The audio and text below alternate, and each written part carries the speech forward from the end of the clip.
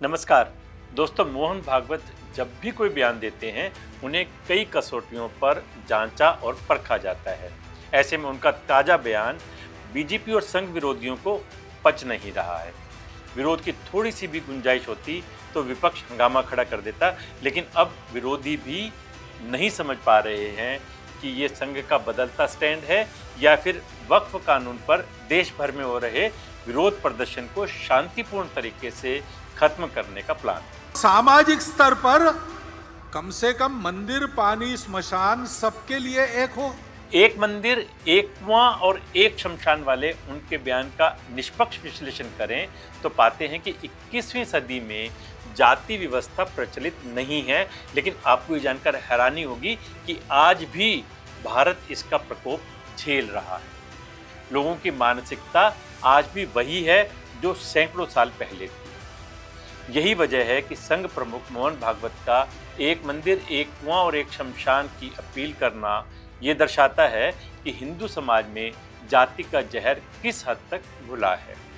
देश में आज भी जाति को सम्मान के साथ जोड़कर देखा जाता है, जिसके कारण विकास की गति धीमी चल रही है। आरएसएस के सरसंघ चालक ने अलीगढ़ के एचबी इंटर कॉलेज और पंचनगरी पार्क में 2 शाखाओं में स्वयंसेवकों को संबोधित करते हुए कहा कि परिवार समाज की मूलभूत इकाई है जो संस्कारों से प्राप्त मजबूत पारिवारिक मूल्यों पर आधारित है।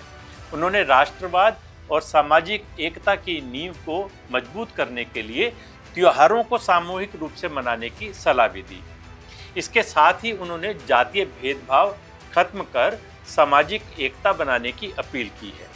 ये आप और हम सभी जानते हैं कि सामाजिक रूढ़ियों के अलावा राजनीतिक फायदों ने भी देश में जातिवाद को आज तक खत्म नहीं होने दिया। वीपी सिंह द्वारा लागू मंडल कमीशन की सिफारिशों ने कैसे देश भर में आग लगा दी थी, आप भूले नहीं होंगे। आज भी दलित दूल्हे को घोड़ी पर चढ़कर जाना कई लोगों को रास नहीं आता।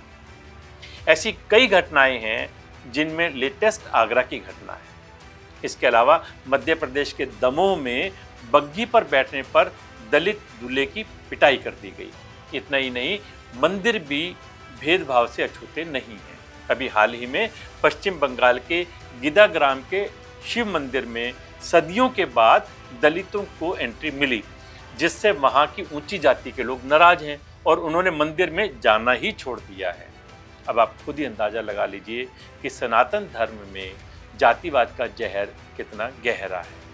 ऐसे हालात देखकर लग सकता है कि हिंदुस्तान में सामाजिक समरसता का सपना महज सपना बनकर ही रह जाएगा। लेकिन यह सकारात्मक पहलू ये है कि संघ प्रमुख ने त्योहारों को सामूहिक रूप से मनाने और अपने घरों में न्योता देने के लिए कहा है। इसका एक कारण यही है कि त्योहार ही एक ऐसा जरिया है जो लोगों को एक दूसरे के पास लाता है।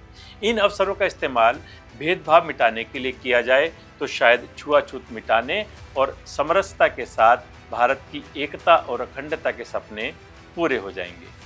भारत इस समय दुनिया में एक नया मुकाम हासिल करने की राह पर चल रहा है, लेकिन ये मुकाम तभी हासिल होगा जब लोग जातियों के नाम पर एक दूसरे से लड़ने की बजाय साथ मिलकर सामाजिक बुराइयों से लड़ें।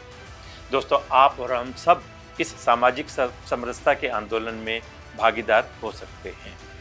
नमस्कार।